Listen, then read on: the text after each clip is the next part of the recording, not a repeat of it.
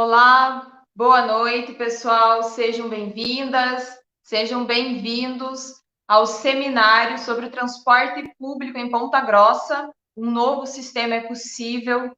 Eu me chamo Ana Paula, eu sou co-vereadora pelo mandato coletivo do PSOL aqui em Ponta Grossa e vou mediar essa atividade. Esse é o primeiro de uma série de debates que PT, PSOL, PCdoB e o mandato coletivo do PSOL estão organizando sobre esse importante tema, que é o tema do transporte público aqui no município de Ponta Grossa.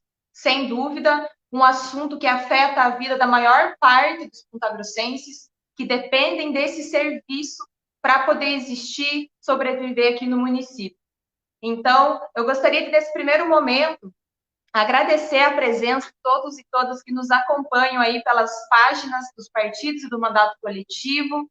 Quero dizer que vocês podem participar e interagir com os debatedores por meio dos comentários no chat das transmissões. Esses comentários serão coletados, as dúvidas, questões, contribuições serão coletadas para que a gente possa repassar para os nossos debatedores e ampliar o nível do debate aqui hoje, tá? Então, nesse primeiro momento, eu gostaria de chamar para fazer uma saudação inicial o presidente do PSOL Ponta Grossa, camarada João Luiz Stefaniak, para que faça aí essa saudação em nome da entidade, do partido do PSOL. Boa noite a todas e todos. É um grande prazer a gente estar aqui iniciando uma atividade que é construída no campo da esquerda em Ponta Grossa, com a participação dos camaradas do PCdoB e do PT nas direções desses partidos, junto com o PSOL. Eu acho que é um momento realmente fundamental, porque esse debate que deveria ser feito pelo conjunto de toda a sociedade, pelos poderes constituídos, está sendo inaugurado hoje em Ponta Grossa pelos partidos de esquerda. Acho que demonstra que realmente o compromisso que esse tema seja discutido com toda a sociedade é um compromisso nosso, do campo da esquerda, do campo dos democratas, porque, infelizmente, a tradição de se fazer esses debates sobre temas importantes aqui em Ponta Grossa não existe. E esse é o fato. O fato é que todo esse debate é feito de forma às quatro paredes, com interesses aí escusos prevalecendo sempre. E agora a gente tem essa oportunidade de fazer esse debate. Eu gostaria de saudar a presença dos debatedores, dos panelistas desse seminário, que são pessoas de extrema competência, né? E vão dar um brilho, do ponto de vista teórico, fundamental para esse debate, porque é o que a gente precisa, aprofundar e vou buscar construir um sistema mais justo de transporte coletivo para toda a sociedade. E esse é o objetivo do seminário. Um outro sistema é possível. Obrigado. Obrigada, João. Gostaria de convidar, então, o camarada Elton Bars para fazer uma saudação em nome do PCdoB. Elton, fica à vontade. Boa noite a todos e todas. Uma oportunidade, acho que inauguramos hoje, como já falou o João, uma oportunidade única nesses últimos anos, né? Além de poder ampliar o debate sobre as políticas públicas da nossa cidade, que eu acho que é uma questão importante, né? Esse foco propositivo, numa tentativa de intervir para melhorar a vida e o cotidiano da vida da toda a população de Ponta Grossa, pelo esse nosso campo da esquerda. Tenho certeza que a gente não vai ficar só nessa questão do transporte, né? Eu acho que podemos puxar outros debates que são importantes, que vão estar aí no debate da nossa vida nos próximos anos. Uma cidade que vai fazer 200 anos, tem o plano diretor, tem a questão das águas, aí o meu grande camarada João Stefaniak é um que coordena os fóruns das águas, eu acho que é um debate que a gente pode ter, né? Mas hoje nós estamos aqui para inaugurar esse seminário, agradeço aí os panelistas, eu acho que nós estamos aí ansiosos por esse debate, porque queremos, como diz o nome do seminário, né, um outro sistema é possível, porque esse sistema já se mostrou que nesses seus últimos momentos ele não dá conta do processo. saímos de uma greve de mais de 40 dias, greve não, lockout de 40 dias, já forçando o subsídio da prefeitura, e nós queremos um sistema mais justo, né? Lembrando que a prefeita acabou de mandar uma lei para a Câmara Municipal para transformar o Conselho Municipal de Transporte saindo de deliberativo para consultivo. É um absurdo isso, né? Tenho certeza que esse debate também vai contribuir para isso. Então, quero agradecer a todos e todas e falar que nas 2 próximas sexta-feiras vamos continuar com esse tema. Estamos à disposição de toda a sociedade para ampliar esse debate. Obrigado, Ana, e uma boa condução aí do nosso seminário. Um abraço. Abraço, muito obrigada, Elton.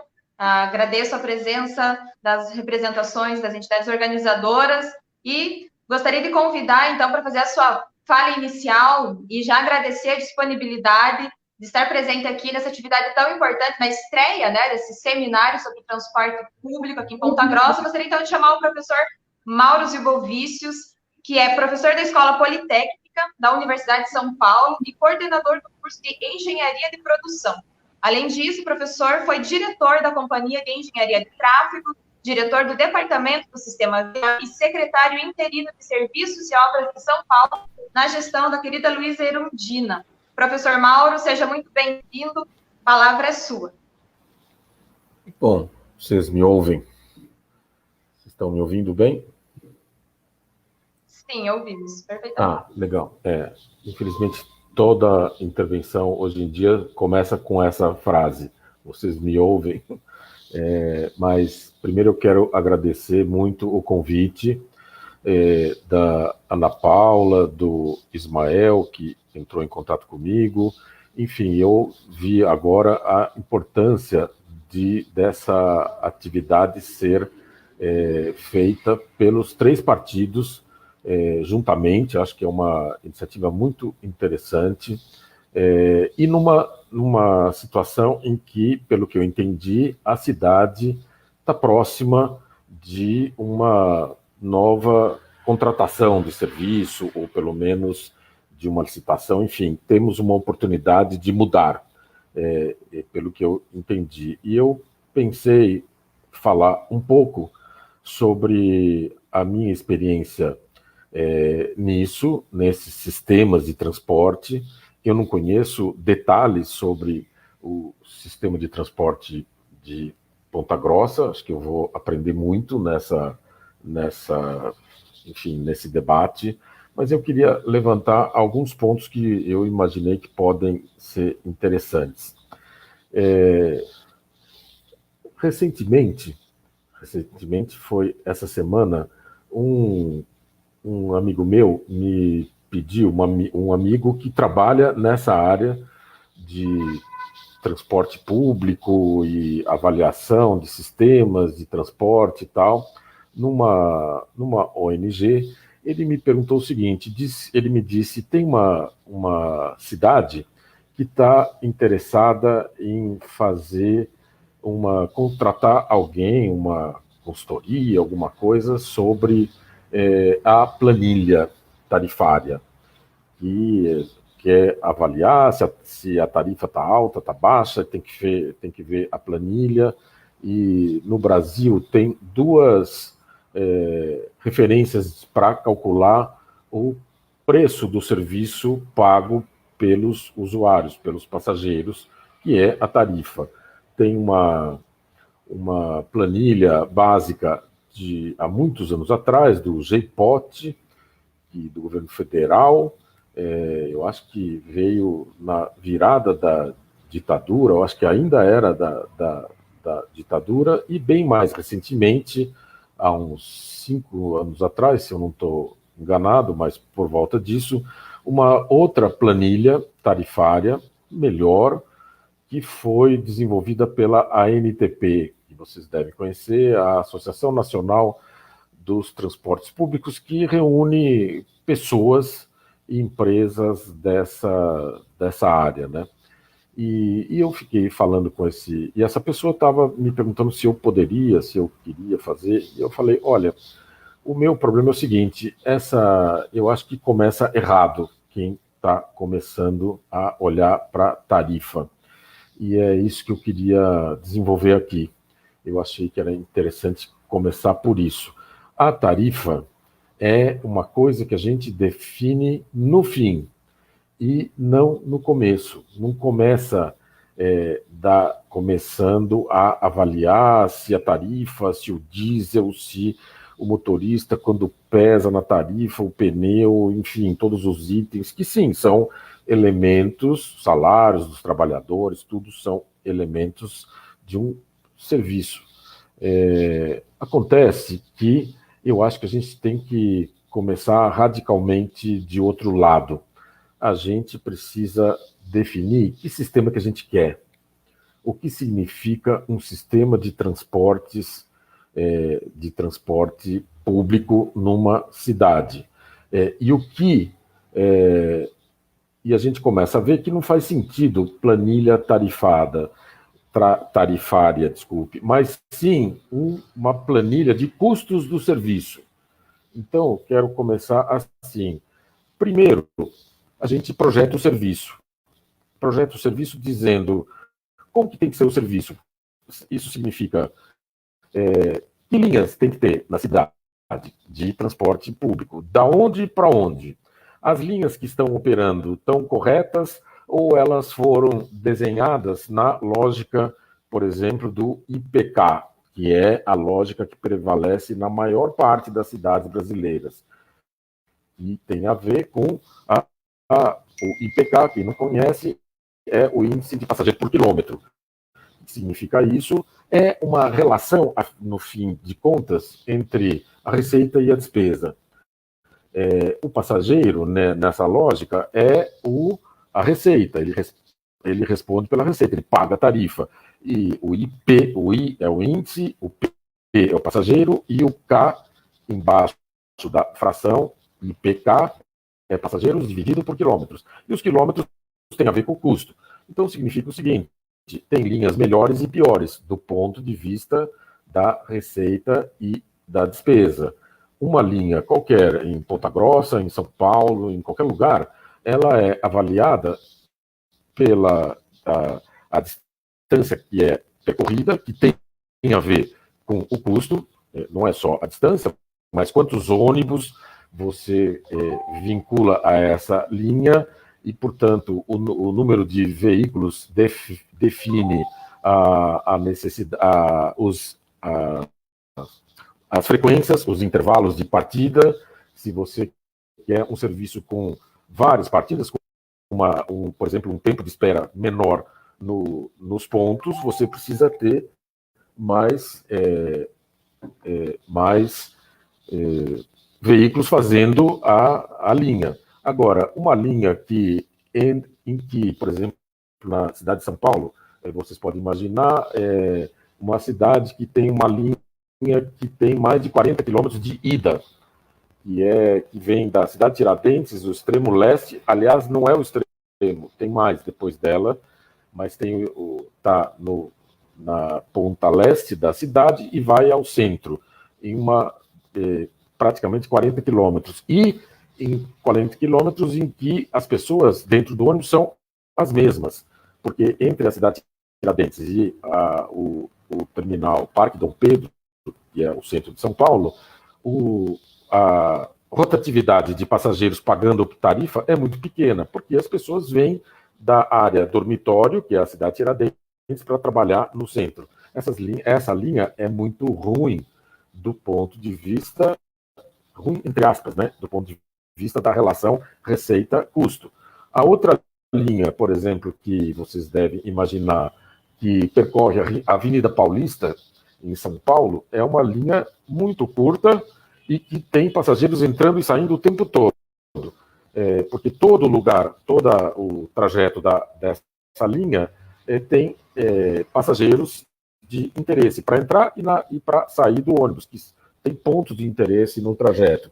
São linhas completamente diferentes.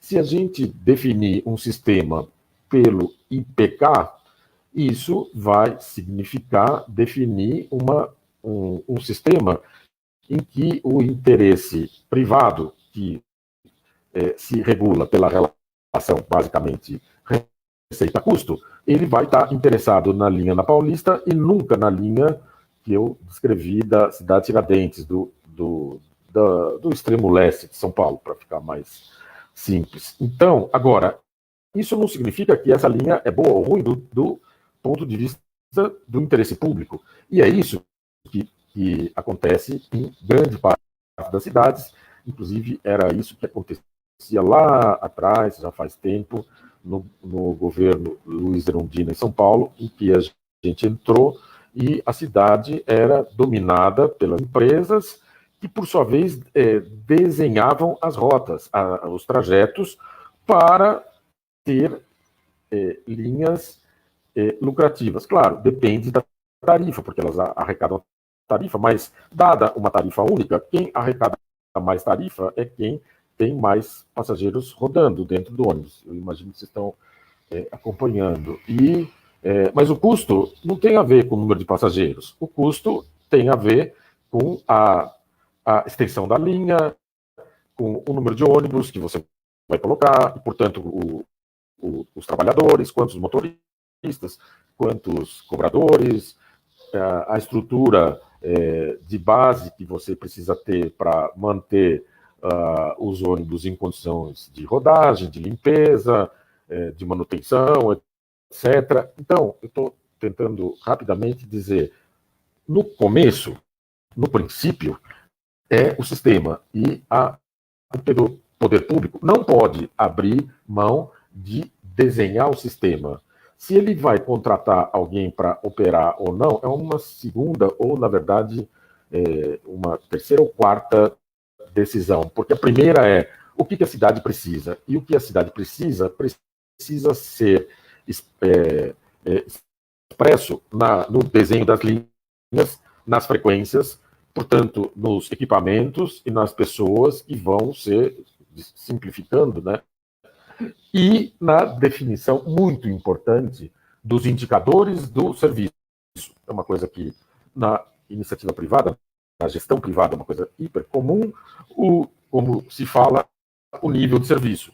Então, as pessoas, por exemplo, o serviço na cidade, em qualquer que seja a linha, as pessoas não podem esperar, digamos, mais do que 7 minutos no ponto. É um indicador. Ou então 10 que seja, 12, mas tem que ter um indicador que a cidade diz, isso é aceitável, acima disso não é aceitável, e a gente vai definir, então, a partir dos indicadores, por exemplo, o tempo de espera, o tempo de viagem, a oferta de lugares, a aglomeração nos veículos, no horário de pico, fora no horário de pico, o conforto, a temperatura, se vai ter ar-condicionado ou aquecimento, no caso aí de vocês, no inverno. Eu tenho pensado muito, conversando com muita gente ultimamente, de Manaus. Em Manaus, o problema, obviamente, é a temperatura alta, não baixa, né? E a qualidade do veículo, se o veículo é movido a eletricidade, se ele é movido a combustível fóssil, enfim. E o sistema, para atingir esse conjunto de indicadores, ele tem que rodar em faixas exclusivas, ou então em corredores de porta esquerda, totalmente segregados, que todo mundo conhece, a ideia lá de Curitiba e do BRT, e são coisas muito parecidas. Enfim, quanto mais eu defendo, cada vez mais, a segregação absoluta das faixas de ônibus em relação aos automóveis, ou seja, onde tiver ônibus, ele tem que ter faixa exclusiva. Não cabe na via? Então, naquela via, pelo menos nos horários de pico, naquela via só tem ônibus. Enfim, mas isso é uma discussão fundamental, porque isso leva a uma outra discussão mais ampla da mobilidade na cidade. Eu não vou entrar nisso, mas o problema da mobilidade urbana, que é sempre, como eu sempre digo, é um conflito. Mobilidade é conflito por espaço e por tempo. E tem gente que é capaz, porque tem renda, que tem mais poder de usar mais espaço e ganhar mais tempo, e outras não. Essa é a discussão, e o poder público tem que falar do outro lado, de quem não tem esse poder, no mínimo, equilibrar esse poder. Mas definido o sistema e os indicadores que vão medir o sistema, aí a gente passa para o segundo ponto, que é qualquer sistema custa, e sistemas custam. Não dá, como eles gostam de dizer, muitas vezes a direita disse, né, não tem almoço grátis. Não tem mesmo. A questão é quem paga. E porque quem usa não é necessariamente quem tem que pagar. E aí que vem a questão. Uma coisa é o custo, outra coisa é o financiamento desse serviço. Então, se você desenhou um serviço com um nível razoável de indicadores, esses que eu falei, e muitos outros que a gente pode depois falar, mas os fundamentais, você desenhou um sistema que tem trajetos que interessam para as pessoas e não para o IPK e tal, e isso custa. E vamos ver quanto custa. E tem que ter um sistema de custeio sistemático para ver, não um sistema que diz, então o ônibus gasta durante 30 mil quilômetros, precisa trocar de pneu, os pneus ficam desgastados, então vamos medir o contrato, quantos quilômetros ele vai rodar, então vamos pagar tantos pneus, tantas trocas, porque a gente não sabe se eles vão trocar mesmo. Então tem que ter custo efetivo. Eu tenho a mania de olhar em São Paulo, quando eu estou de automóvel ou a pé, eu olho os pneus dos ônibus em São Paulo. É impressionante, as pessoas não sabem nem olham o quanto de pneus carecas, completamente carecas, que rodam em São Paulo, e os pneus que deveriam substituir esses foram pagos, estão na planilha de custos, então alguém embolsou esses custos. Então, uma coisa é saber quanto custa e quanto está custando efetivamente, mas essa é a segunda parte. Depois de ter um sistema e medir o custo, aí a gente vai perguntar, então, o sistema, os indicadores, o custo. Agora, aí a gente vai perguntar sobre o financiamento. Como financiar esse sistema?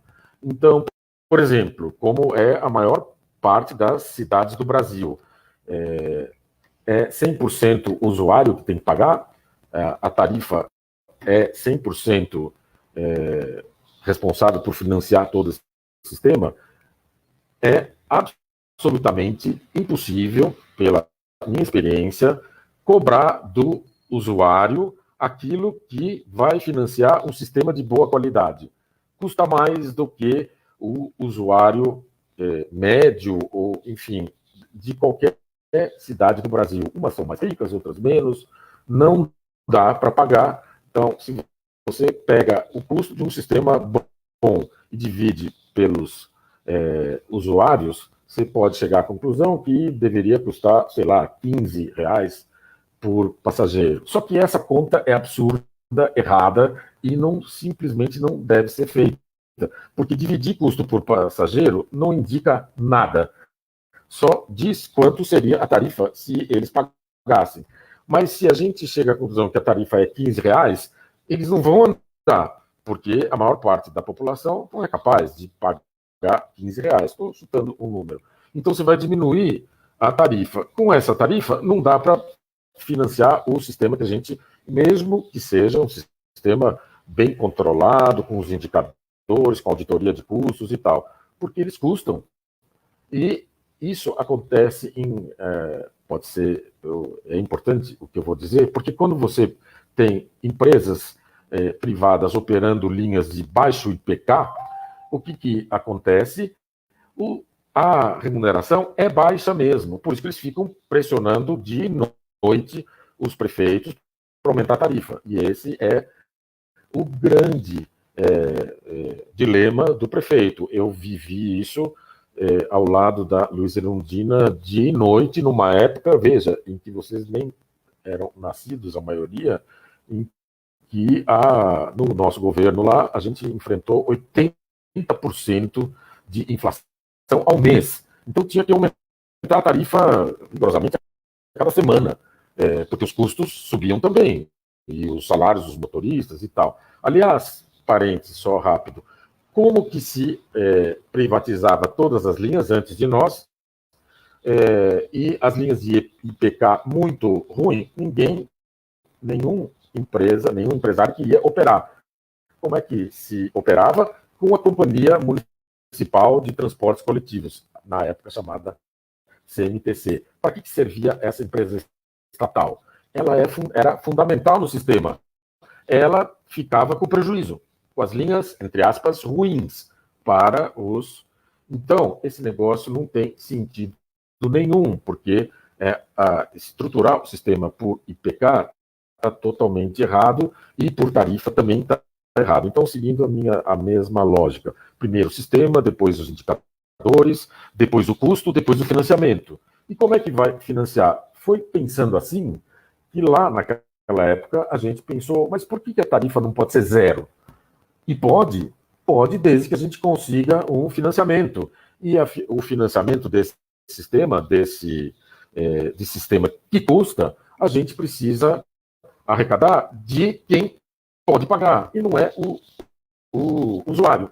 Então a gente definiu o sistema, os indicadores e tal, e chegamos a uma conta de sistema e vai precisar aumentar o sistema. E veja, uma coisa engraçada, né? Naquela época, primeiro argumento contra era, não, os ônibus vão ficar lotados. E é verdade. Sabe por quê que eles vão ficar lotados? Porque tinha gente que não conseguia pagar a tarifa para entrar no sistema. E se a gente fica com a tarifa zero, então a tarifa é um regulador da demanda. Esse é o argumento da outra parte, da oposição. Então, melhor ainda fazer tarifa zero, porque essas pessoas vão poder entrar no sistema. E significa que a gente tem uma demanda maior, tem que projetar um sistema com os indicadores, e tudo é possível. Só que custa. Então, nós vamos, naquela época, a gente definiu isso, que ia aumentar o IPTU dos mais ricos, deu uma enorme discussão na cidade, e esse projeto não chegou a ser votado, apesar de pesquisas mostrarem que a população era a favor. Enfim, mas depois eu posso falar mais disso, né? Eu acho que eu já estou falando muito, mas eu queria dizer isso. Então, não tem sentido falar em planilha tarifária. Faz sentido na planilha do custo do sistema que nós projetamos para ser um sistema com qualidade minimamente razoável para as pessoas. Não é que as pessoas têm que andar em ônibus de ouro. Ninguém quer isso. Agora, quando a gente define o sistema, tudo mais, aí a gente vai discutir quem vai financiar. E o que eu estou falando é a mesma coisa que o SUS. Deveria ser assim também. E de certa forma, né? O sistema é desenhado, ele tem indicadores, vários, agora muita gente, quer dizer, eu conhecia, mas muita gente não conhecia. O SUS funciona e ele precisa de financiamento. Aliás, o SUS é hipofinanciado, né? Ao contrário, muito subfinanciado.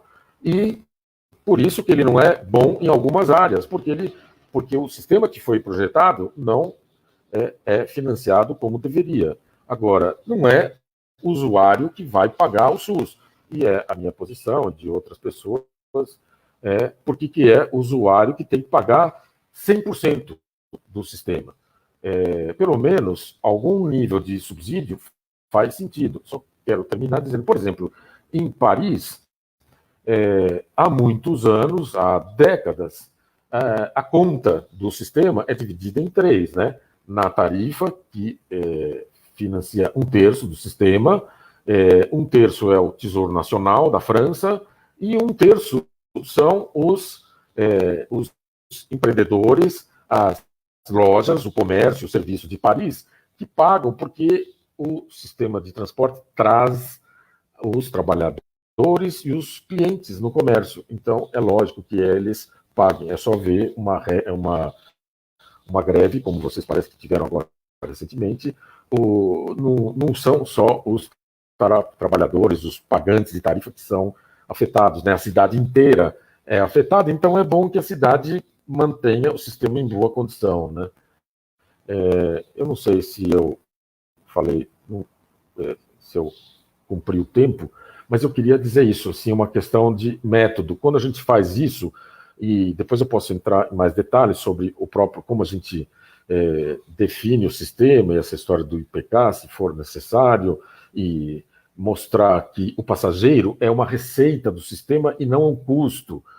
Quando um passageiro entra no sistema, quando ele entra num ônibus, ele não aumenta o custo do sistema. Então, é uma falácia essa conta de custo dividido por número de passageiros. Só serve para definir a tarifa, que é uma conta de chegar, é uma conta política que qualquer prefeito da extrema-direita aos nossos partidos tem muita dor de cabeça quando estão no poder para definir.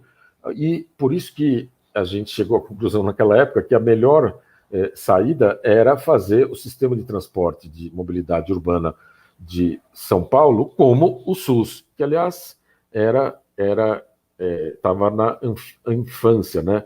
O SUS é da Constituição de 88 e a gente estava fazendo isso em 90, mas a lógica era essa, simplesmente essa, e continua a fazer sentido, mas não é uma coisa, porque não existe nada de graça e a direita diz tudo custa. Sim, tudo custa, e alguém tem que pagar, é o que eu ensino todo dia para os meus alunos da Escola Politécnica da USP.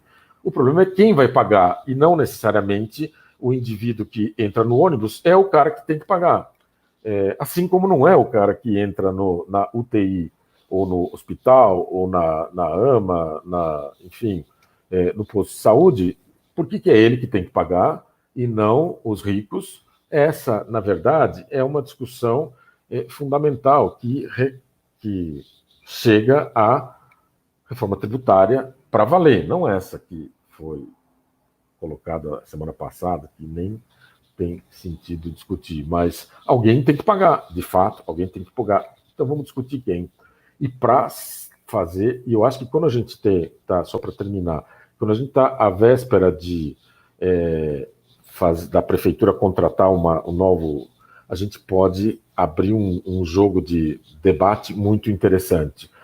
Só uma última coisa que eu acho que é importante dizer, a questão do prazo, o prazo das licitações. Então tem uma quase fake news, né? Todo mundo fala nisso agora, mas não é exatamente uma fake news, mas uma crença assim, errada de que o prazo de qualquer contratação de empresa privada para fazer esse tipo de serviço tem que ser de pelo menos 10 anos ou 15, e em São Paulo queriam fazer até 20 anos, porque tem que amortizar o investimento em ônibus em 10 ou 15 anos. Não tem sentido nenhum isso. Posso discutir depois isso. Mas, por exemplo, em Londres, a contratação é pelo custo, que é o que eu estou defendendo, e a cidade licita por a cada 5 anos 20%. Então, no máximo, o contratado tem um contrato de 5 anos. Aliás, é muito interessante que ele ganha um 6º ano se os indicadores do serviço forem muito bons, melhores do que o esperado. Então ele ganha prazo, porque prazo vale, né? Vale muito. E, enfim, eu acho que é isso que valeria a pena dizer. Desculpe se eu excedi o tempo, mas era isso. Obrigado. Obrigada, professor Mauro. Excelentes colocações. Eu acho que esse debate, sem dúvida, é fundamental aqui para Ponta Grossa, essa visão de pensar o sistema para as pessoas, né, como uma oferta de um serviço público e um direito do cidadão. E, sem dúvida nenhuma, cabe a nós aqui, enquanto esquerda, levantar esse debate, porque, infelizmente, o que a gente vê historicamente acontecer é o oposto, né? Então, essa visão do ponto de vista do passageiro como um custo, né, e não como não como a receita, né? Então, nem custo, desculpe, só avançar nesse ponto. Isso, nem custo nem receita, ele é o beneficiário do sistema, é isso que interessa, né? A gente precisa avançar nessa concepção. Então, muito obrigada, professor, mais uma vez. Fica aí no aguardo para o retorno das questões que estão sendo colocadas aí pelo chat. E nesse momento, então, eu quero chamar o jornalista Marcos de Souza, que é jornalista e é editor-chefe da Mobilize, um site especializado em produzir conteúdo sobre mobilidade urbana sustentável. Marcos, seja bem-vindo, a palavra é sua, fique à vontade. Olá, boa noite a todos, obrigado, Ana Paula. Quero cumprimentar o Mauro e cumprimentar também os colegas todos aí que participaram nesse debate, representantes dos partidos de Ponta Grossa. Eu cumprimentar vocês pela iniciativa de colocarem essa questão em discussão, que nós consideramos que a questão do transporte público é uma das questões fundamentais para o funcionamento de qualquer cidade, seja uma pequena cidade, uma cidade grande como Ponta Grossa, ou metrópoles como São Paulo, Rio de Janeiro e outras capitais. Eu acho que o Mauro avançou muito, ele é um especialista experimentado.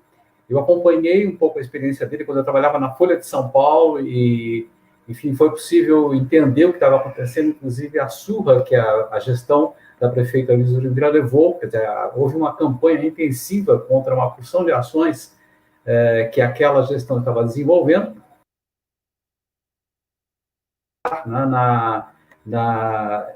enfim, colocar em prática a ideia da tarifa zero, que seria uma experiência muito importante para todo o Brasil. Eu queria dizer primeiro, inicialmente, é que o transporte público, assim como a conservação das calçadas, podem ser entendidos como um indicador do nível de civilidade de uma comunidade. Você chega num lugar em que os ônibus estão lotados, despedaçados, maltratados, com pneus carecas, como disse o Mauro agora há pouco. Isso é comum não apenas na cidade de São Paulo, mas na região metropolitana, nas empresas que servem a região metropolitana de São Paulo também. E quando você vê um ônibus nessas condições, ou agora durante a pandemia, com as pessoas tendo que submeter àquela aglomeração do ônibus dos terminais, quando você vê as calçadas esburacadas, as pessoas para chegarem até o ponto do ônibus têm que enfrentar uma calçada cheia de degraus, com problemas, com buracos, sem acessibilidade. Quando as pessoas chegam no ponto do ônibus e encontram lá um abrigo muito mal construído, com que chove dentro, ou toma sol, enfim.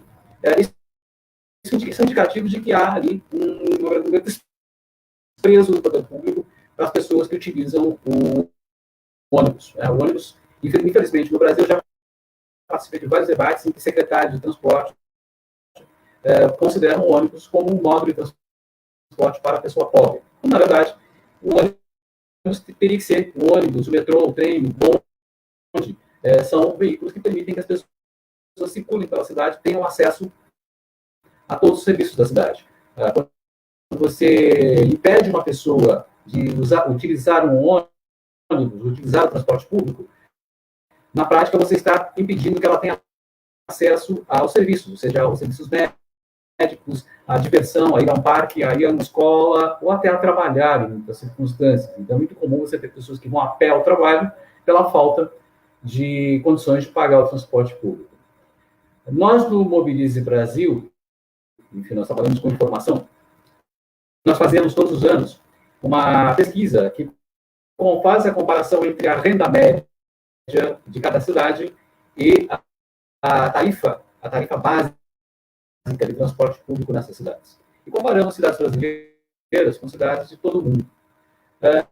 Aí notamos o seguinte, ao contrário do que se possa imaginar, o transporte público pesa muito mais no bolso de um brasileiro do que pesa no bolso de um suíço, ou de um alemão, ou mesmo de um americano médio. Então, nos Estados Unidos, você tem cerca de 5% da renda média das pessoas são comprometidas de 3 a 5%, são comprometidas com o transporte público. No Brasil, essa taxa varia de 13 a 20% da renda média mensal. Estou falando de renda média mensal. Se a gente considerar as pessoas mais pobres, aquelas que ganham salário mínimo, enfim, essa taxa é muito maior. Então, é uma tarifa que está absolutamente descolada da realidade do país. O transporte custa muito caro no Brasil, o que faz com que muita gente opte por comprar uma motocicleta, uma pequena motocicleta barata a prazo, ou usada, inclusive correndo o risco de acidente, e dos problemas aí decorrentes desses acidentes, né? Ou mesmo utilizando o carro.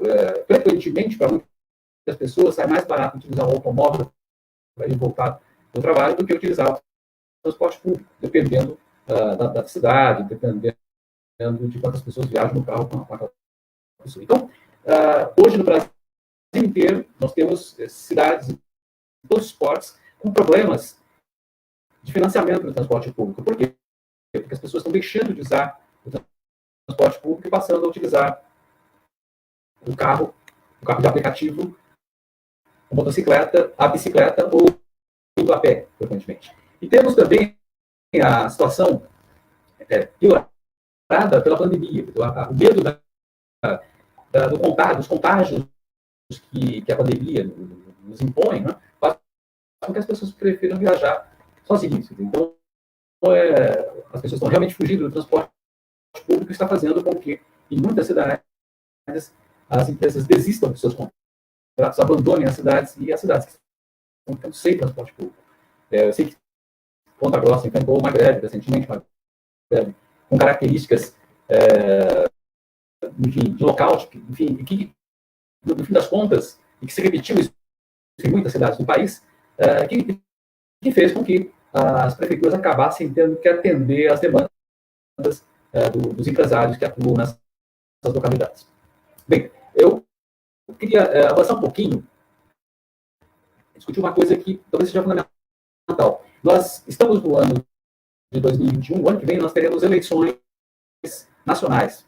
E entendemos que, para que a questão da mobilidade urbana, não apenas do transporte público, da mobilidade urbana como um todo, ou seja, do sistema integrado que nos permite circular nas cidades, para que essa coisa avance, para que a Política Nacional de Mobilidade Urbana, que é uma lei que dá prioridade ao transporte público em relação ao automóvel, que dá prioridade ao pedestre, ao ciclista em relação ao automóvel, para que isso avance, é necessário que nós estimulemos os futuros governos, não esse que está aí, porque esse, infelizmente, é um governo atualmente inepto, né?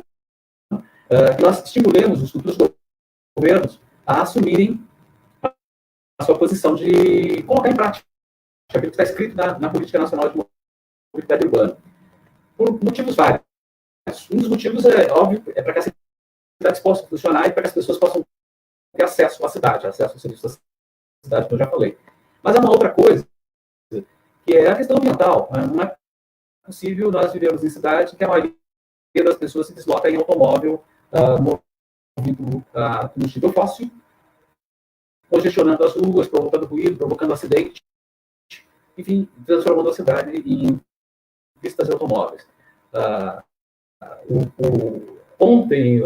Anteontem, saiu um relatório prévio do painel internacional de mudanças, painel intergovernamental de mudanças climáticas, desculpem, da ONU, que mostra que as metas de redução de emissões que saíram do lado de Kyoto, do Acordo de Paris, elas não serão atingidas. Né? E, provavelmente, se continuarmos no ritmo que estamos, em 2050 já estaremos sofrendo as catástrofes que estavam previstas para 2100 por conta das emissões de carbono. Bem, alguém pode dizer, vamos trocar os carros, os automóveis por carros elétricos. Resolve parcialmente o problema, mas a gente vai ter congestionamentos de carros elétricos nas cidades. Então, certamente, o transporte público ele continua sendo a alternativa mais adequada para a circulação das pessoas na cidade.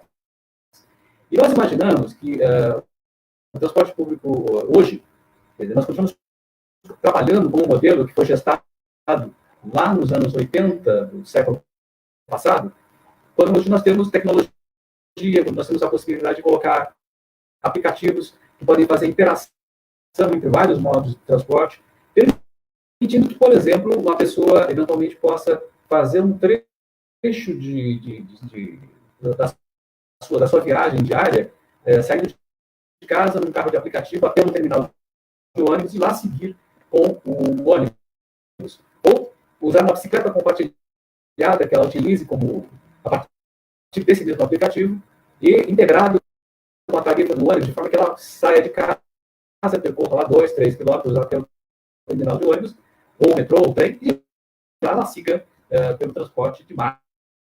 Então, acho que a ideia de pensar um modelo novo de mobilidade, de transporte público para uma cidade como Ponta Grossa, acho que deveria passar por uma interação com esses outros modos, com essa tecnologia que nós dispomos hoje e com essas possibilidades de compartilhamento de veículos. É possível ter transporte sob demanda com pequenas vans, com ônibus, inclusive, mas isso necessariamente tem que estar integrado a um sistema que seja controlado pela comunidade, pelo poder público, em nome da comunidade, em benefício de todos. Mas um aspecto que acho que é importante a gente considerar é que o Mauro tocou a questão de priorização do espaço para a circulação do transporte público. Os carros nas cidades, em geral, no Brasil, levam cerca de 30%, fazem cerca de 30% dos deslocamentos diários. Levam 30% das pessoas que vão e voltam todos os dias para o trabalho, para a escola, enfim, para as suas atividades. No entanto, eles ocupam 90% do espaço das cidades.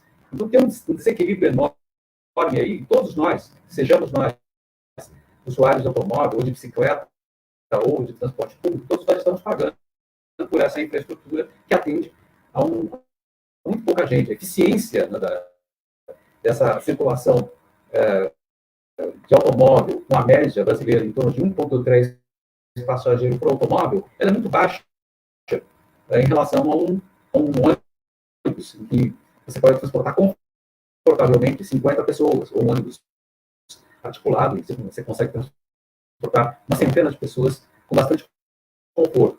Então, nós temos que buscar esse caminho de criar essas faixas exclusivas, pelo menos de pintar faixas exclusivas, ou de criar corredores, se possível com ônibus elétricos, que estarão disponíveis aí, e já estão, enfim, disponíveis no mercado e sendo utilizados em todo o mundo, como forma de melhorar o transporte público, atrair novos passageiros, atrair mais gente para o transporte público, viajando dentro de um veículo que seja silencioso, que seja limpo, que seja confortável, inclusive do ponto de climático, né, que tenha um ar-condicionado, como para cidades mais quentes, fazendo com que esse sistema se torne, de fato, o grande vetor de circulação das cidades, e não o automóvel, que é uma ótima coisa para se utilizar no final de semana, para sair com a família, para uma viagem, um passeio, mas não para ir de todos os dias. Então, essa integração do sistema de ônibus com os outros sistemas, com os outros modos de transporte, do nosso ponto de vista, do Mobilize, pela experiência que a gente tem no mundo, isso é fundamental. Eu acho que tem uma outra questão, que é a questão do subsídio. Né? Subsídio é uma palavra feia, em geral, quando se fala isso, a história do um almoço de graça, né? O subsídio é visto, é um palavrão, na verdade, entendido um palavrão pelas pessoas mais conservadoras, mas a gente tem que considerar o seguinte: o Brasil hoje ele tem garantido em sua Constituição o transporte como um direito constitucional, ou seja, todo cidadão tem direito a esse transporte. Não à toa, uma das matérias, dos conteúdos mais visitados, o mais visitado do nosso portal do Mobilize Brasil, é justamente uma matéria que discute quem tem direito à gratuidade no transporte público. Então, são milhões de pessoas que acessam esse conteúdo para saber se elas teriam direito a essa gratuidade. O que significa que há uma enorme demanda de pessoas que não podem pagar o transporte e que certamente poderiam circular e poderiam dinamizar muito mais a nossa vida, a nossa economia, a cidade, e tal, o comércio, inclusive, se pudessem circular. A propósito disso, isso. Há um caso exemplar, que é o caso de Volta Redonda, que implantou uma linha de ônibus com tarifa zero, ônibus elétricos, para atrair as pessoas que iam ao comércio na região central. Então, foram criadas as linhas, com poucos ônibus, mas que fazem o circuito na área comercial mais central da cidade, permitindo que as pessoas cheguem às lojas para fazer suas compras sem a necessidade de estacionar os carros. Então, o que aconteceu? A área comercial central se dinamizou, o comércio ganhou uma outra... Os comerciantes, inclusive, saudaram essa mudança, essa introdução dessas linhas gratuitas, e a cidade toda ganhou com isso, ou seja, a economia da cidade toda ganhou com isso, com mais gente circulando, mais gente chegando à cidade, sem que os automóveis entupissem as ruas para circular e para estacionar. Então, há uma questão que é como financiar isso. A ideia do subsídio, a palavra subsídio teria que ser eliminada dessa discussão. Na verdade, não se trata de subsídio. Como o Mauro já colocou,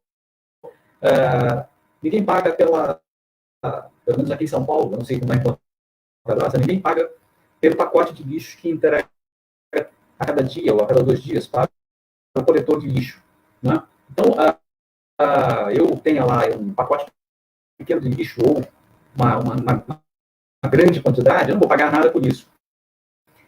É a comunidade que paga por esse serviço. Ora, por que assim como a saúde pública, por que é que nós não podemos ter um sistema público que seja mantido com recursos, sejam recursos municipais, sejam recursos de um fundo criado especialmente, e que seja alimentado tanto por recursos municipais como recursos federais, que viabilizem um transporte público seguro, eficiente e confortável. E mais ainda, há uma questão de como funciona esse sistema de transporte público. Uma coisa que me incomoda frequentemente, quando eu gosto, enfim, me interessa pelo assunto, você chega num ponto final de ônibus e encontra, às vezes, em algumas circunstâncias, dezenas de ônibus parados, enfim, os motoristas ali conversando, que é bacana, que é uma confraternização de uma categoria profissional, mas o ônibus parado ali, enfim, durante muito tempo, e vários ônibus parados e pessoas paradas, tirando a eficiência daquele sistema e passageiro esperando o ônibus no ponto. Ora, eu lembro sempre que no metrô de São Paulo você tem a situação em que o trem chega imediatamente no final de cada viagem, você substitui o operador desse trem por uma outra pessoa que saiu, que descansou um pouco e está esperando esse novo trem chegar para subir a posição. Então, o trem circula o tempo todo. Por que um ônibus não poderia ter essa mesma condição? Então, você ganharia aí, com menos ônibus, você conseguiria atender melhor essas linhas todas. Isso é um exemplo de como se poderia melhorar. Mas a questão central mesmo é o financiamento, que eu acho que envolve, talvez, uma política nacional, uma definição de uma política nacional que permita a cobrança de taxas, sejam taxas cobradas aos motoristas dos veículos particulares, sejam taxas cobradas aos proprietários de imóveis que se beneficiam desse transporte, enfim, e a tal reforma tributária, que não é a reforma do Guedes, mas uma reforma que seja mais democrática e que, de fato, mexa com as grandes fortunas e que consiga distribuir esses recursos para que as cidades, para que na verdade, toda a economia e todo o serviço público possa funcionar melhor. Para terminar, só queria lembrar uma coisa. Bom, no fim das contas, a definição de uma tarifa, a definição de o funcionamento de um sistema de transporte tem muito a ver com luta de classes, tem muito a ver com combate. Eu entrevistei recentemente alguém de uma cidade do Equador sobre o transporte público, e uma cidade chama-se Cuenca, que fica na região andina do Equador, e perguntei a ele, enfim, porque o transporte público tinha um valor tão baixo, a tarifa é muito baixa, em dólar é alguma coisa como 20 centavos de dólar. Ele explicou que além de ter uma grande oferta de combustível no Equador, tem um aspecto que é, se o transporte público sofre alguma majoração, imediatamente as pessoas se reúnem e começam a fazer grandes protestos, em alguns casos com distúrbios muito, muito violentos. Isso faz com que o transporte se mantenha num nível aceitável pela população, especialmente pela população pobre. Então, cremos que, de um lado, você tem uma questão política, digamos, de gestão pública, e, por outro lado, tem uma questão política, que é uma questão de realmente luta de classes, de pressão que nós temos que exercer para que o transporte seja, de fato, mais democrático, assim como as cidades todas sejam mais democráticas e acessíveis a todas as pessoas. É o que eu tinha a dizer inicialmente, não queria tomar muito mais tempo, acho que podemos voltar e passarmos a conversa, né, o debate, que é a parte mais interessante. Obrigado. Obrigada, Marcos. Contribuição importantíssima, né? De fato, entender transporte coletivo, mobilidade urbana como um serviço público e que seja competência do poder público oferecer e democratizar esse serviço essencial. Muito obrigada mais uma vez. Agora eu vou ler alguns comentários aqui, alguns questionamentos, e aí, na sequência, eu repasso a palavra aí para o Mauro e para o Marcos, tá? Tem um comentário do professor Sérgio Gadini, grande camarada aqui do pessoal Ponta Grossa. Ele comenta o seguinte: atual contrato do transporte coletivo em Ponta Grossa inclui na planilha lucro líquido de 5% sobre serviço e o salário dos diretores da empresa concessionária, né, que é privada. Obviamente, pagos pelos usuários do transporte. E aí a Cris pergunta, por que uma cidade do porte de Ponta Grossa, né, pouco mais de 350 mil habitantes, só tem uma empresa de transporte coletivo?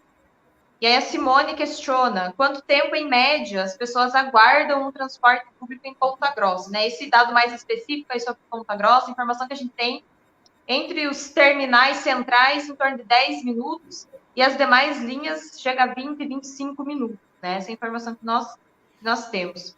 Tem mais aqui um comentário do professor Gadini, colocando, em Curitiba, região metropolitana, o governo estadual repassa dinheiro público, assim como a prefeitura local, para a gestão do sistema de transporte. Mas a gestão lucro, né, é privada. Então, o poder público aí atuando para garantir o lucro, né, da empresa que oferece o serviço.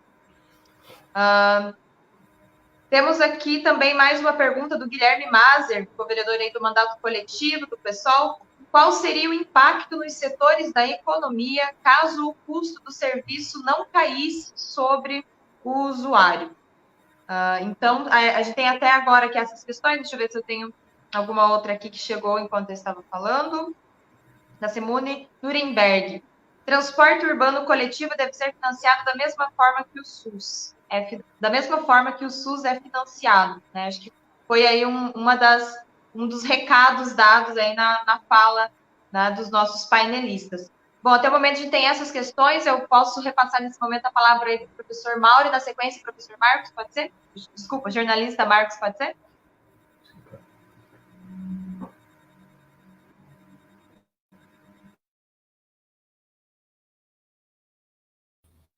Tem que ligar o som antes.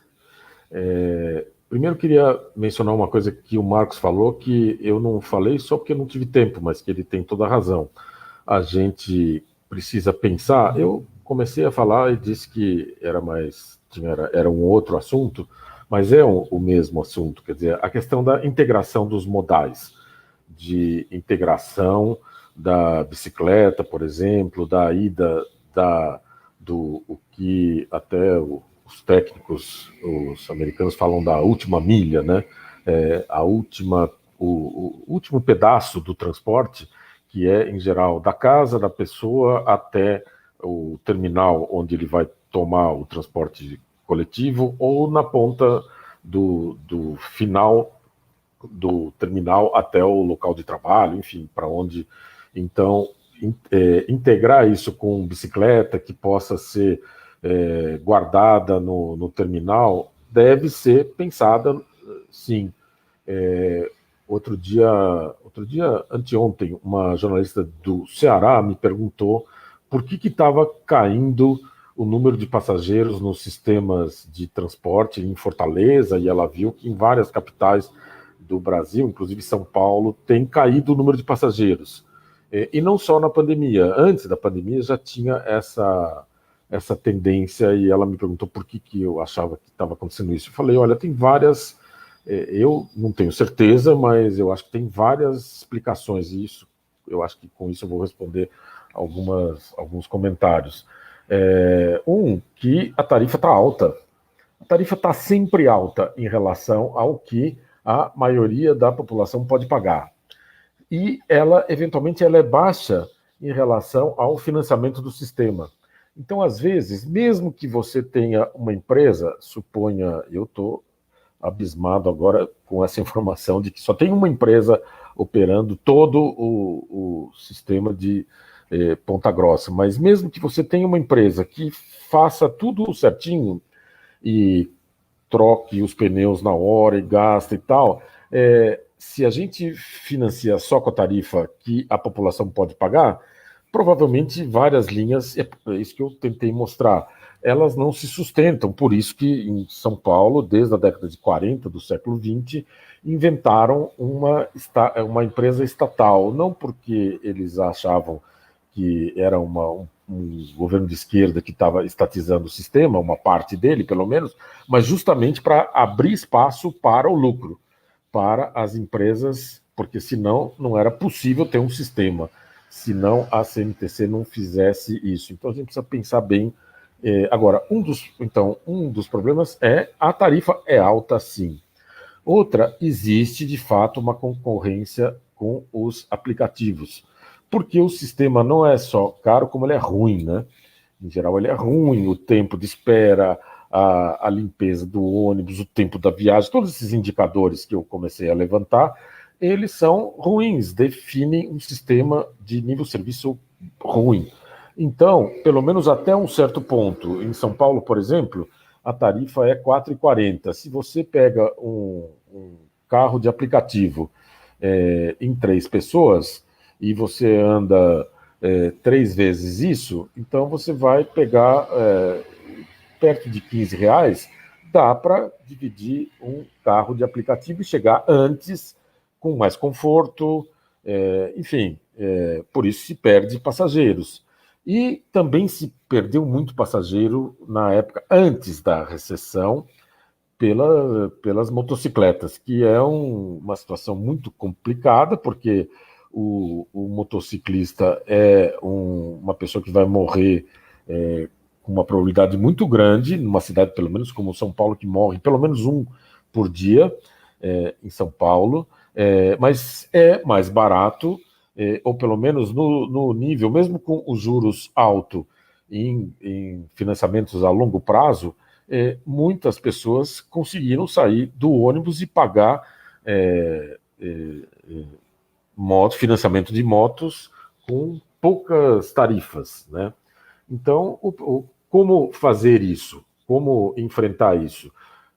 Basicamente porque o sistema é ruim e caro. Portanto, a gente tem que projetar um sistema bom e barato, e de preferência zero. Por que zero? Porque é possível financiar, sim. Aliás, vale a pena ver uma cidade pequena, mas tem outras. O que o Marcos contou, aliás, de uma cidade, agora não registrei, mas que a cidade tem ônibus para o centro, no centro, que não cobra tarifa e que melhorou muito o movimento no comércio e tal, na cidade de Manchester, na Inglaterra, que é a segunda cidade da Inglaterra, a tarifa zero nessas linhas que vão ao centro e que andam no centro há muitos anos. Porque é importante facilitar o acesso às lojas do centro. E, enfim, e um exemplo muito recente de uma cidade bem pequena, mas que implementou isso, é Vargem Grande Paulista. Então, estou falando de Manchester e de uma cidadezinha da Grande São Paulo, mas que é interessante que eles perceberam que o que as empresas pagavam de vale transporte era suficiente para depositar a um fundo municipal de financiamento do sistema e financiar 100% do sistema. Então, com isso, eles puderam criar a tarifa zero. É uma cidade pequena e, enfim, então não é absurdo pensar na tarifa zero, mas também depende de conseguir fontes de financiamento. E a tarifa zero não é uma coisa que precise ser feita do dia para a noite, ou em toda a cidade ao mesmo tempo.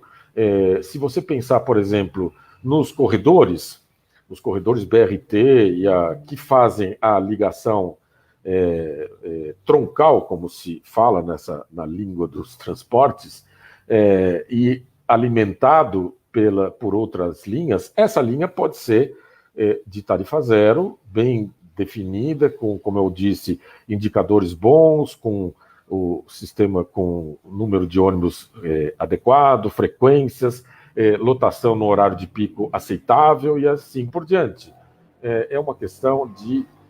às vezes eu acho que... Eu não sou da área de transportes, apesar de ter essa experiência, mas eu nunca me considero alguém da área de transportes. E às vezes eu acho que a gente, do ponto de vista técnico, se dá muita importância para essa área, que não é tão complicado assim.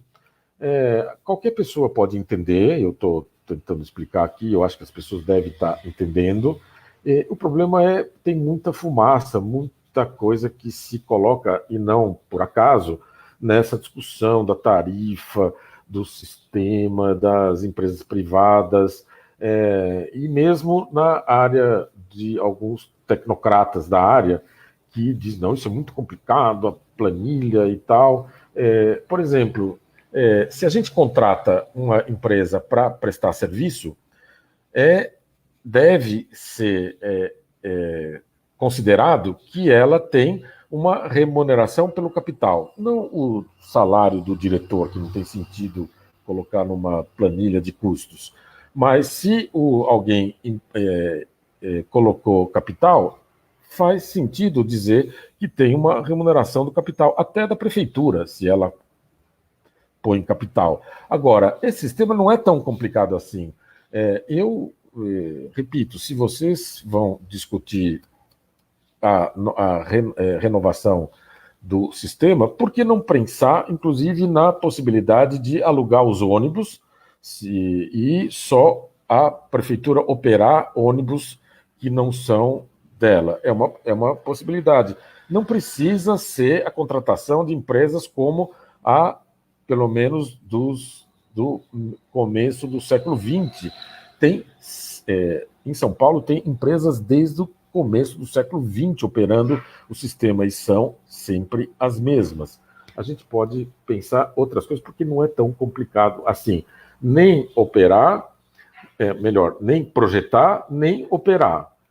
Agora, o capital custa, esse sistema é capitalista, e agora o poder público precisa projetar no interesse público. É isso que é um serviço público. Do mesmo modo que o SUS pode, eventualmente, comprar seringas e vacina e vai ter que pagar o que ela... Não vamos entrar naquela discussão do reverendo, desses absurdos que estamos assistindo, mas vacinas custam, seringas custam, remédios custam. O SUS paga por isso e deve pagar o menor preço possível, mas alguém que projetou tem uma taxa de remuneração do capital. Isso eu não vejo problema. O problema é quem vai pagar isso. E de fato, eu acho que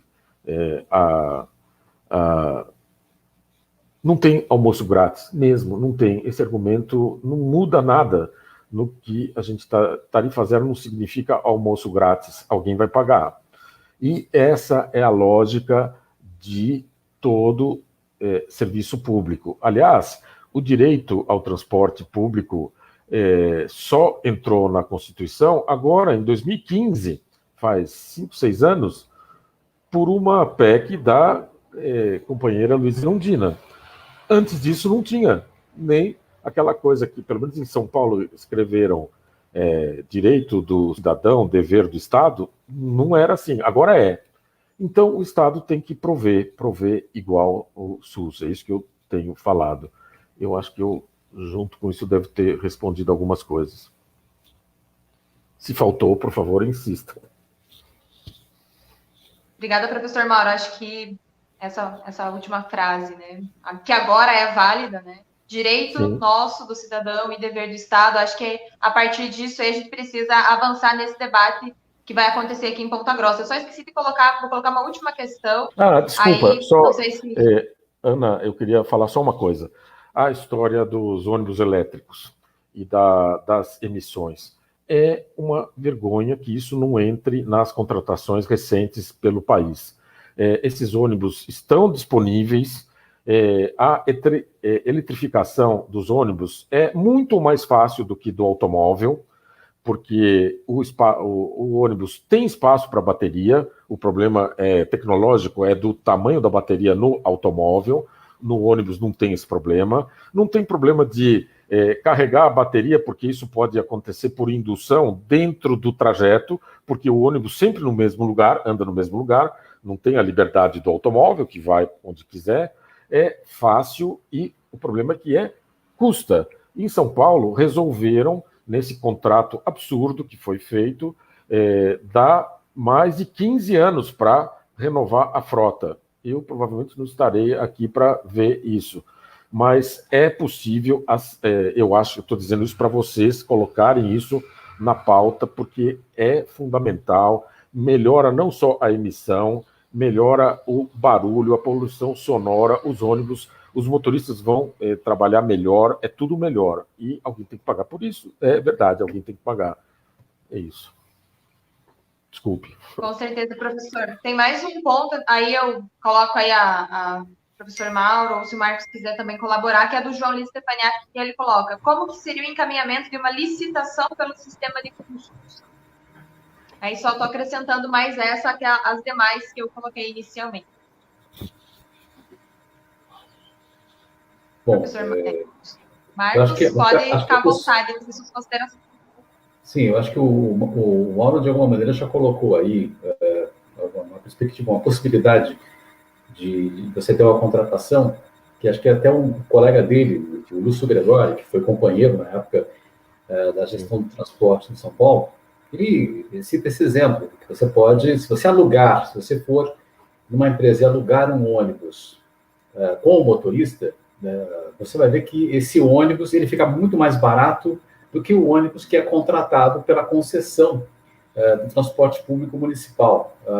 O que significa que tem alguma coisa errada na conta, ou seja, se a prefeitura conseguir contratar o serviço apenas, ou seja, o ônibus e o motorista, isso já trará um ganho e um controle muito maior do poder público em relação à gestão desse sistema. Na questão, antes do Mauro se colocar, acho que a Ana tinha colocado uma série de questões, eu não me lembro de todas elas, mas tinha uma questão que diz respeito ao tempo de espera. O tempo de espera, de fato, é uma coisa importante. Mas o tempo de espera, ele é relativo. Tá? Quero dizer o seguinte, quando você entra num sistema como em São Paulo, você faz uma pesquisa sobre qualidade do transporte, nota-se o seguinte: as pessoas preferem o metrô, porque o metrô tem previsibilidade. Ou seja, eu sei a que horas, eu sei que eu vou chegar na estação e o trem vai chegar dali a 3, 4 minutos no máximo, né? E que a minha viagem vai levar 20 minutos, 15 minutos, no máximo 30 minutos. O problema do tempo é que o ônibus, você vai em ponto, mesmo que você tenha um aplicativo que diga que o ônibus, pelo GPS, vai chegar lá a 5 minutos, nunca há certeza de que isso vai acontecer, porque o ônibus do caminho pode pegar um congestionamento, ficar retido, né, e chegar somente depois de 20 minutos. E você nunca sabe o tempo que você vai despender para fazer todo o trajeto. Então, não importa se são 5 minutos ou se são 10 minutos entre cada ônibus. O importante é que essa frequência seja adequada à demanda do local, ou seja, que os ônibus não andem abarrotados, e que esse horário seja cumprido realmente. De forma, para isso é necessário você ter faixas livres que permitam que o ônibus circule e que ele consiga chegar nos vários pontos dentro daquela previsão que se tem. Ou seja, então eu sei que eu saindo de casa, eu vou chegar no ponto do ônibus, eu vou ficar no máximo 5 minutos, no máximo 10 minutos para pegar o ônibus. Isso com os aplicativos e com os instrumentos, com a gestão via GPS, isso é muito mais fácil de fazer agora e permite que os pontos do ônibus tenham dispositivos que mostrem quanto tempo o ônibus vai demorar para chegar. Então, eu acho que tem muita oferta de tecnologia agora, e eu acho que é possível fazer isso tudo. E, cá entre nós, né, fazer uma faixa de ônibus é uma coisa relativamente simples. Basta você demarcar essa faixa com uma pintura. Mesmo que ela não seja a melhor opção, como são os corredores de ônibus de Curitiba, mas ela melhora muito a eficiência desse sistema de transporte. Eu não sei como é que é hoje, até seria interessante se ela não pudesse contar como é que são se existe algum tipo de exclusividade, de prioridade para o ônibus aí em Ponta Grossa. Bom, eu pararia por aqui. Podemos pegar outra questão aí à frente. Muito obrigada, Marcos. Muito obrigada, professor Mauro. Agradeço aí em nome de todas as entidades que estão organizando essa série de debates sobre o tema do transporte público aqui em Ponta Grossa. Acho que estreamos aí da melhor forma possível, né? Com todas essas informações e tendo como norte que a gente consiga se apropriar desse debate, né? Como já foi dito, não é tão complicado assim. Se colocam, né, fumaças, né? Se colocam como se fosse um tema espinhoso, difícil, porque é muito interessante que esse tema fique restrito, circunscrito àqueles que já vêm operando há muito tempo em cima dessa lógica que está posta. Então, acho que esse passo que demos aqui hoje é muito importante para que a esquerda aqui em Ponta Grossa consiga apresentar construir, apresentar e defender um bom projeto e colocar na berlinda mesmo quem, né, se oponha, que tenha coragem de dizer a que interesses está servindo, né? Nosso interesse é de conseguir debater transporte público que seja benéfico e seja acessível, seja para as pessoas, do ponto de vista de um direito, né? Então, mais uma vez, agradecer e encerrar aqui, então, esse nosso primeiro seminário e chamar todos e todas para participarem dos próximos aí, nas próximas sextas-feiras, às 19 horas, pelas redes dos partidos, pessoal, PT, PCdoB e pelo mandato coletivo. Então, mais uma vez, muito obrigada. Deixo aqui o meu abraço e meu boa noite. Obrigado. Obrigado. Boa noite. Boa noite. Obrigado pelo convite e estou à disposição nesse processo que acho que vocês vão enfrentar nessa renovação de contrato, enfim, eu estou à disposição para conversar com vocês em qualquer outro momento. Obrigado pelo convite, foi um prazer.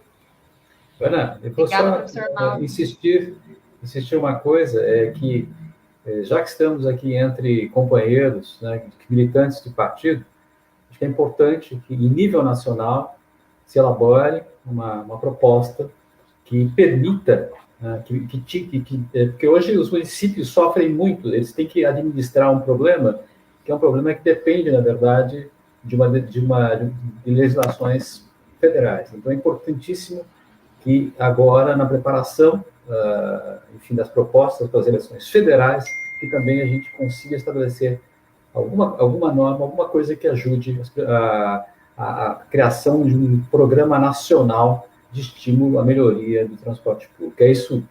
Eu não sabia que nós estávamos terminando, então agradeço a participação, um abraço a todos aí em Ponta Grossa e vamos para a luta. Vamos à luta. É um desafio, não é só local, né? É nacional também.